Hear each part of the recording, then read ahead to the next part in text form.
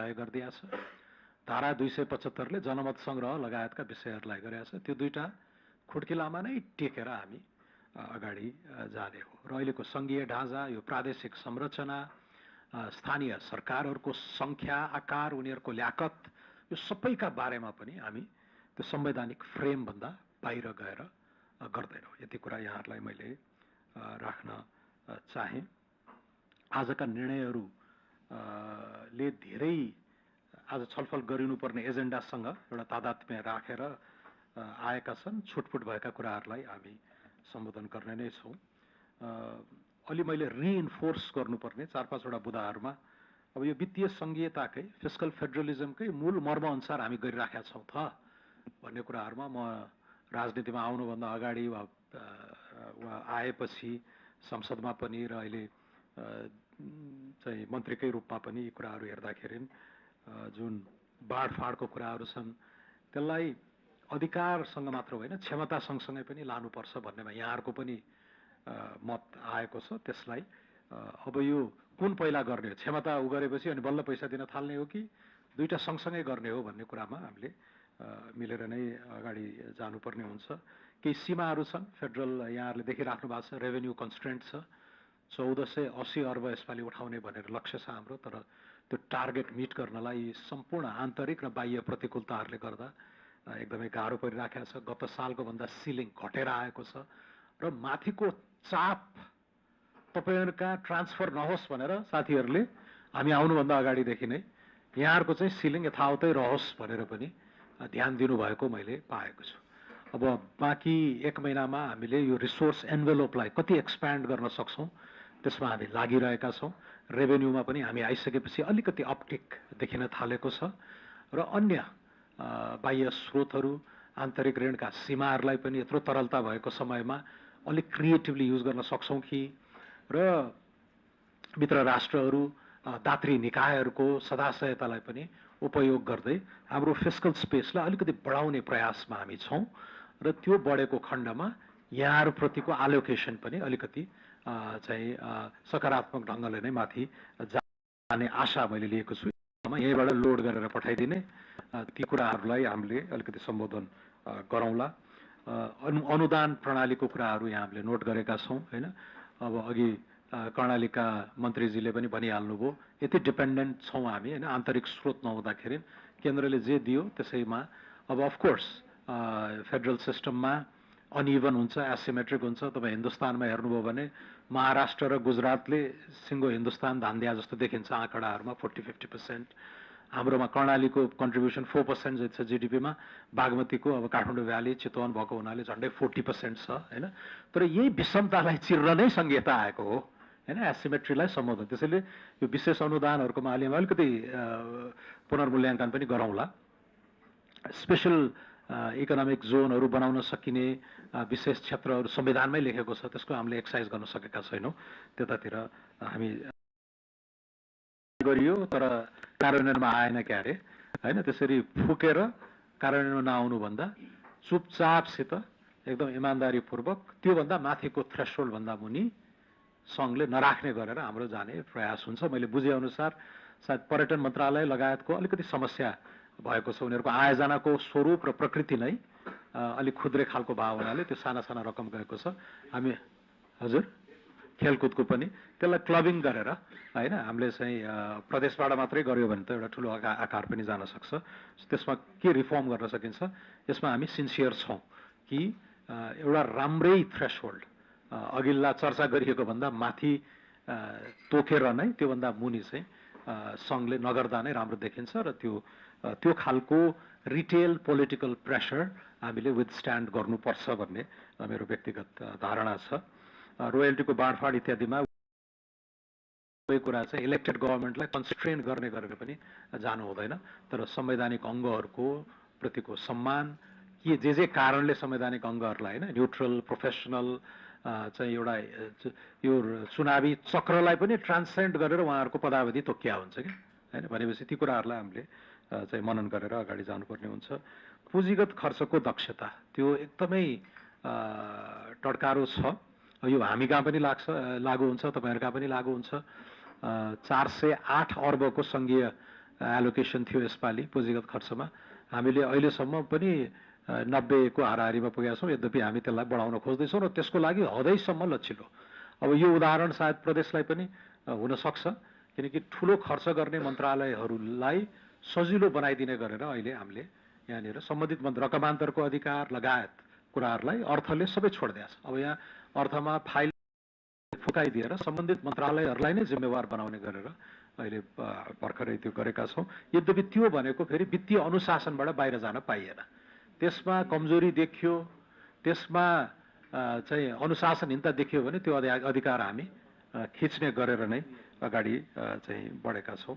बेरोजुको विषयहरूमा मैले भनिराख्नु परेन र यो सबैलाई सिस्टममा ढाल्नु पर्यो। अब यहाँ योजना आयोगको पनि धेरै रेफरेन्सेसहरू छन्, प्रोजेक्ट ब्याङ्कदेखि लिएर यो प्रणालीगत एकीकरण सूत्र, एलएमबिआइएस, पिएलएमबिआइएस सबैलाई एकीकृत गरेर चाहिँ एउटा वित्तीय रियल टाइमको वित्तीय सूचना प्रणाली स्थापना गर्ने, डेटा भिजुअलाइजेसन गर्ने, होइन। यो नयाँ नयाँ इन्फर्मेसनलाई हाम्रो त एक्सेलमा पनि पाइँदैन डेटा, कति महाभारत हुन्छ। रातो किताबको डेटालाई यता कसैले रिसर्च गरेर एनालिसिस गर्न चाह्यो भने अर्को चाहिँ चुनौती हुन्छ। त्यो सबै डिजिटलाइजेसन फ्रेन्डली, दीर्घकालीन दायित्व, आन्तरिक ऋणका विषयहरू पनि यहाँ उठेका छन्, त्यसलाई हामीले नोट गरेका नै छौँ। तर मूल कुरा अघि दिपेन्द्र झाजीले भन्नुभयो जस्तै हामी केही डिपार्चरहरू गर्न खोज्दैछौँ, होइन। यो चाहिँ केही नेपालमा केही पनि नभए जस्तो पहिलेकै जस्तो परम्परागत शैलीमा इन्क्रिमेन्टल अलिअलि यसो सुधारौँ न भन्ने छुट हामीसँग छैन। जुन प्रचण्ड जनमत सहित यो सरकार निर्वाचित भएर आएको छ, यसबाट अपेक्षाहरू पनि धेरै छन् र इभन हाम्रा विपक्षीहरूले पनि हामीलाई शङ्काको लाभ दिइरहेको अवस्था छ। गर न त, हामी पनि सहयोग गर्छौँ राम्रा मुद्दामा त, देशै बनाउने कुराहरूमा त किन बाँडिनु पर्यो भन्ने खालको सदाशयतालाई पनि हामीले मनन गर्दै, र हाम्रो त यो पार्टीको त उपस्थिति छैन स्थानीय तहमा, प्रदेशमा, तपाईँहरूसँगै मिलेर जाने हो। त्यसैले यसमा एकदम कोअपरेटिभ फेडरलिजमको स्पिरिट अनुसार सङ्घमा हामी छौँ अहिले, तर मिलेर नै हामीले चाहेका धेरै नतिजाहरू तपाईँहरू मार्फत नै कार्यान्वयन विनियोजनहरू त्यो उदारताबाट प्रेरित हुन्छन् भन्ने कुरा पनि म यहाँहरूलाई भन्न चाहन्छु। अहिले सङ्घमा चाहिँ हामीले धेरै ठुला कुराहरू, केही ठुला कुराहरू पनि छन्, कति कुराहरू चाहिँ हामीले थापिराखेका रिफर्महरूलाई त टकटक्याइरहेका छौँ। र मूलतः 3टा एरियामा, एउटा गभर्नेन्स, गुड गभर्नेन्स, सुशासनकै एरियामा, होइन। हामीले आएको डे 1 देखि नै सुशासनमा एकदमै निर्मम भएर काम कारबाही र त्यो हामी आफैले सेट गरेको मानक पूर्ति गर्न नसकेका मन्त्रीहरूलाई समेत ठाउँका ठाउँ बर्खास्त गरेको तपाईँहरूले देख्नु भएको छ। त्यसैले त्यो प्राइम मिनिस्टरबाटै आएको छ यी कुराहरू, उहाँले यति हाई स्ट्यान्डर्ड सेट गर्नुभएको छ कि त्यहाँबाट हामीले दायाँ बायाँ गर्ने छुट छैन। र त्यो जुन गति लय सेट भएको छ त्यसमा अहिले राज्यका अन्य निकायहरू पनि, कर्मचारी तन्त्र, सुरक्षा यन्त्रहरू सबैलाई त्यसै छ, होइन। र राजनीतिक केही स्वार्थ समूहहरूको त्यो गठजोडले गर्दाखेरि सिङ्गो देश नै बन्धक बन्यो। त्यसैले गभर्नेन्सको म्याक्रो एलिमेन्टमा पनि हामीले एक्सन लिइरहेको तपाईँहरूले देख्नु भएको छ। तर मकसद के हो भने let the rules be fair, सबैलाई समान रूपले होस्। 2-4 जना व्यक्तिहरू, बिजनेस कम्युनिटीका पोलिटिसियनहरूले चाहिँ यो सिङ्गो नेसनलाई नै बन्धक राख्ने र त्यो सँगसँगै यत्रा युवा पुस्ताको चाहिँ आशालाई बन्धक बनाउने काम, होइन, बन्दी बनाउने कामलाई हामीले चिर्न खोज्दैछौँ। र त्यो आँखी झ्यालबाट हेर्नुभयो भने चाहिँ अहिले धेरै कदमहरू चाहिन्छन् र दण्डहीनता टोलरेट हुने छैन। रुल अफ ललाई हामी स्थापित गर्छौँ, हामीबाटै सुरु गर्न पर्यो भने पनि हामी तयार छौँ भनेर त्यसरी अगाडि गरेका छौँ। गभर्नेन्सको अर्को माइक्रो हाँगा चाहिँ जनतासँग केन्द्रित छ। प्रधानमन्त्रीजीले राम्रोसित भन्नुभयो कि लाइन बस्न नपरोस्, घुस खुवाउन नपरोस्, होइन। अलि थातिरहेका ब्याकलगलाई चाहिँ असारसम्म क्लियर गर्ने भनेर। So all that was missing was political will, होइन। त्यसलाई हामीले गर्दैका छौँ। आज भर्खर बिहानमा उठ्दै देखिरहेको थिएँ, उहाँ म्याग्दीको एउटा गाउँमा आँगनमै पासपोर्ट आइपुगेछ, होइन। भनेका थियौँ, गर्दैछौँ। त्यसैले यी कुराहरू चाहिँ डेलिभरीमा फोकस छ। कति कुराहरू डिजिटलाइजेसन मार्फत र कति कुराहरू चाहिँ त्यो हाम्रो संयन्त्रलाई नै मोटिभेट गरेर, चुस्त बनाएर र यो सेवामुखी भावनाका साथ हामी अगाडि बढिरहेका छौँ। त्यसैले गभर्नेन्समा एउटा ठुला म्याक्रो चिजहरू र माइक्रो डेलिभरीका कुराहरू छन्। दोस्रो हाम्रो अहिलेको प्रायोरिटी भनेको इकोनोमिक रिफर्म र सेक्टोरल रिफर्म। हरेक क्षेत्रमा अब पछाडि हेर्ने छुट छैन, अगाडि कसरी बढ्ने हो, कसरी सुधार्ने, सपार्ने, भत्केको छ भने कसरी बनाउने र छलाङै मार्नुपर्ने छ भने पनि कहाँसम्म पुग्ने हो, कसरी जाने हो, पर्यटनमा, निर्माणमा, कृषिमा, सिँचाइमा। र त्यो काम हामीले अर्थ मन्त्रालयबाट सुरु गरिसकेका छौँ। म पदबहाल भएको पहिलो दिन नै होइन राजस्व अनुसन्धान विभागलाई खारेज गरेर त्यसका कोर फङ्सनहरू फेरि हामीले हटाएका छैनौँ। त्यसलाई अरू निकायहरूले अब्जर्भ गर्ने तयारीका साथ त्यसलाई अगाडि बढाएका छौँ। र धेरै पुराना ऐनहरू, अघि 18 सालको विस्फोटक पदार्थ ऐनको चर्चा भयो, 13 साल, 17 साल, 21 साल, 31 सालका ऐनहरू, 15वटा ऐन त हामीले त्यो खालि सिम्बोलिक हिसाबले मात्रै त्यसलाई खारेजै गरेर देखाएका छौँ। अरू दर्जनौँ ऐनहरू हामी बजेट मार्फत खारेज गर्छौँ वा संशोधन गर्छौँ। र अर्थतन्त्र यति अगाडि बढिसकेको छ कि त्यसलाई गभर्न गर्ने, नियमन गर्ने ऐन छैन भने नयाँ ऐन पनि लिएर आउँछौँ। जस्तो डिजिटल क्षेत्रमा होइन डाटा इन्टेग्रिटीदेखि लिएर अनेक कुराहरूमा चाहिँ ऐनै ल्याउनु पर्नेछ। त्यसैले इकोनोमिक रिफर्ममा एउटा ठुलो बिग ब्याङ हामी ल्याउने, कसरी धान्निने बनाउने भन्ने कुराहरूमा पनि चिन्तन छ। वनको धेरै गुनासाहरू छन्। यता कन्जर्भेसनको हाम्रो सफलतालाई पनि जगेर्ना गर्दै तर त्यो विकासको बाधकमा रूपमा बुझिने जुन माहौल बनेको छ त्यसलाई पनि हामीले मिलाउनु पर्नेछ। र अघि यहाँहरूले पनि कुरा राख्नुभयो, खरिद ऐनको बारेमा धेरै गुनासो गर्नुभएको छ। खरिद ऐन रिभाइज गर्ने क्रममा हामी छौँ। पर्यो भने 1-2 हप्तामै अध्यादेशबाट आउँछ, नभए अब 2-3 हप्ताको बजेट सेसनमा त्यो आउँछ। किनकि त्यो पीडा हामीले पनि भोगेका छौँ नि त। त्यसैले खरिद ऐनलाई एकदमै साइन्टिफिक बनाएर अगाडि जाँदैछ। जग्गा प्राप्ति, रुख कटान जसले भौतिक पूर्वाधारका आयोजनाहरूलाई रोकिरहेको थियो होइन, चैत मसान्तसम्म पनि 20-21-22% पुँजीगत खर्च हुनु भने त लज्जास्पद अवस्था हो नि। अघि मेयर साहबले भन्नुभयो यो बजेट इयर, यसमा लामो छलफल भएको छ मेयर साहब। पहिला वैशाखमै गर्ने कि वैशाख 1मै गर्ने कि आर्थिक वर्ष पनि आर्गुमेन्ट भएको मलाई याद छ। एनिवे हामी त ओपन छौँ यसमा, एभिडेन्स सहित यो कारणले यसलाई फेरौँ भन्यो भने हामी उनी गर्छौँ। फेरि यसलाई बहसलाई उठान गर्न सक्यो। तर एउटा सम्बोधन चाहिँ के गरियो त, संविधानमै लेखियो जेठ 15मा बजेट आउँछ, आर्थिक वर्ष चल्दा चल्दै। अब काम सुरु गरे भयो त, जेठ अब बजेट ल्याइन्छ, त्यसपछि पास हुन्छ, असारदेखि नै जम्मै टुङ्ग्यायो भने त साउने गतिदेखि त रेडी टु गो हो नि। तर हाम्रो एटिट्युड चेन्ज भएन।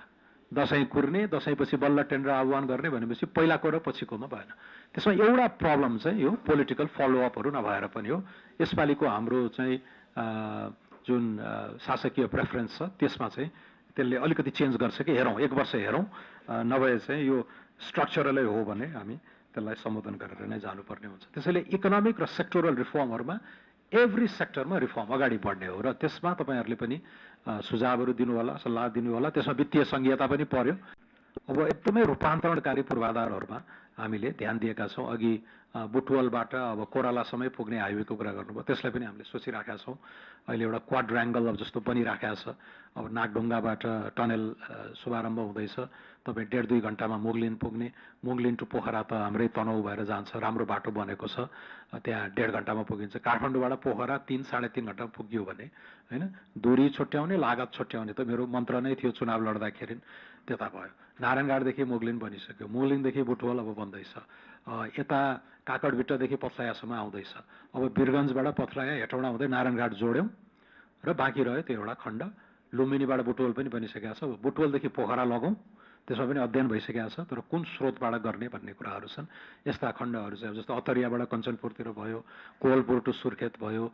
रोडहरूको अब इन्डियामा त्यत्रो नितिन गडकरीले जुन कायाकल्प गरे पूर्वाधारको क्षेत्रमा हेर्दा हेर्दै त्यसलाई सानो अंशमा भए पनि हामी नेपालमा भित्राउन चाहन्छौँ।